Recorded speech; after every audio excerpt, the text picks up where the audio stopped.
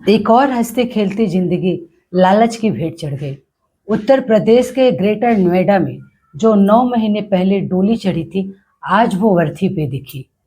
इतना सशक्त शासन होने के बावजूद भी हमारे समाज में बेटियों की कीमत गाड़ी और चंद पैसों से तय होती है। ये वीडियो हर माँ बाप को देखनी चाहिए। दरअसल भोपाल के टिशा शर्मा की मौत की रहस्य की गुत्थी अभी सुलझी नहीं, लेकिन उत्तर प्रदेश के ग्रेट नोएडा से ये घटना जब सामने आती है ना, तो लोगों को झंझोड़ के रख देती है। महज 14 महीने पहले जो शादी हुई थी, अब वो लालच, दहेज की लालच में भेंट चढ़ गई। परिवार वालों ने अपनी लाडली को बड़े प्यार से विदा किया था। दरअसल ग्रेट नोएडा के जलापुर की रहने वाली दीपिका नायर की मौत के बाद लोगों में सनसनी फैल जाती है। दीपिका के पिता का कहना है कि वो अपनी बेटी की शादी 11 दिसंबर 2024 में जलापुर के रहने वाले ऋत्विक से की थी। शादी में उन्होंने अपनी हैसियत से ज़्यादा खर्चा किया था। मैक्सिमम 1.5 करोड़ रुपए करके शादी की थी अपनी बेटी की। लेकिन लालच की कोई सीमा नहीं होती है।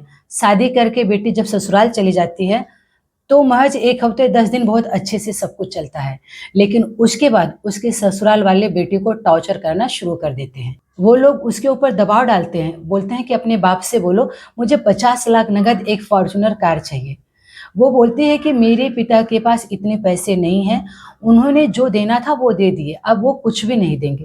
इसके बाद ससुराल वाले उसे मारते थे, पीटते थे, दहेज के लिए प्रताड़ित करते थे। ये बात किसी तरह लड़की के पिता को जब पता चलती है, तो वो आते हैं अपनी बेटी से मिलने। वहाँ उनसे बात करते हैं, लेकिन ससुराल वालों का मुंह तो इतना फूला था, क्योंकि उनको दहेज चाहिए।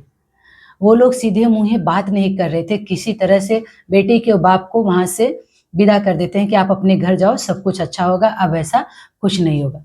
लेकिन किसी ने खूब ही कहा है, जो दीमक होता है, दहेज नामक रूपी दीमक, अगर एक बार वो लग जाता है ना, तो वो निकलता नहीं है, कितना भी उपाय कर लो। पिता के घर पहुंचे आधा घंटा नहीं हुआ, ससुराल से फोन आता है। वो लोग कहते हैं कि आप शारदा हॉस्पिटल चले आओ, आपकी बेटी गिर गई है। पिता कहते हैं कि अभी मेरी बात हुई तो ऐसा कुछ नहीं था, मेरी बेटी गिरी नहीं है, आप लोगों ने गिरा दिया है। वो फोन पर पूछते रहे कहाँ से गिरी, फिसल के गिरी कि बाथरूम में गिरी, लेकिन लड़के वाले का कहना था कि आप शारदा हॉस्पिटल चले आओ। यही कहकर वो लोग फोन काट देते हैं। पिता जब हॉस्पिटल में पहुंचते हैं और बेटी का शव देखते हैं ना, तो वो शन्न रह जाते हैं, क्योंकि उनके बेटी के शरीर के ऊपर जगह जगह चोट के निशान थे। वो पुलिस में रिपोर्ट कराते हैं कि मेरी बेटी को मारा गया है, ना कि ये गिरी नहीं है, इसे गिराया गया है, और दहेज के कारण। तो पुलिस उनसे पूरी बात पूछती है, तो पिता पूरी बात विस्तार से बताते हैं। अब वीडियो में साफ सुन सकते हो। न्यू कह रही मम्मी फॉर्चूनर मांग रही है, बेटी मैं कहाँ ते दूंगी, अब तो मैंने तेरो ब्याह करो। न्यू कह रही मम्मी उन्हें तो फॉर्चूनर चाहिए।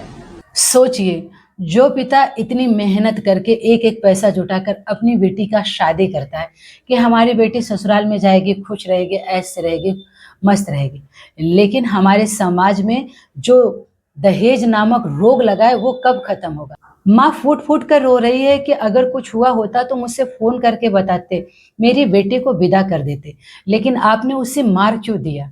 इस माँ की दर्द भरी आवाज से सबकी आंखें भर आई। ऐसे परिवार के साथ क्या करना चाहिए, आप सब अपनी राय कमेंट बॉक्स में जरूर रखना। क्या हमारे समाज में दहेज नामक जो रोग है वो कभी खत्म होगा। हम मोदी और योगी जी से विनती कर रहे हैं, ये दहेज नामक जो रोग है उसे खत्म करिए।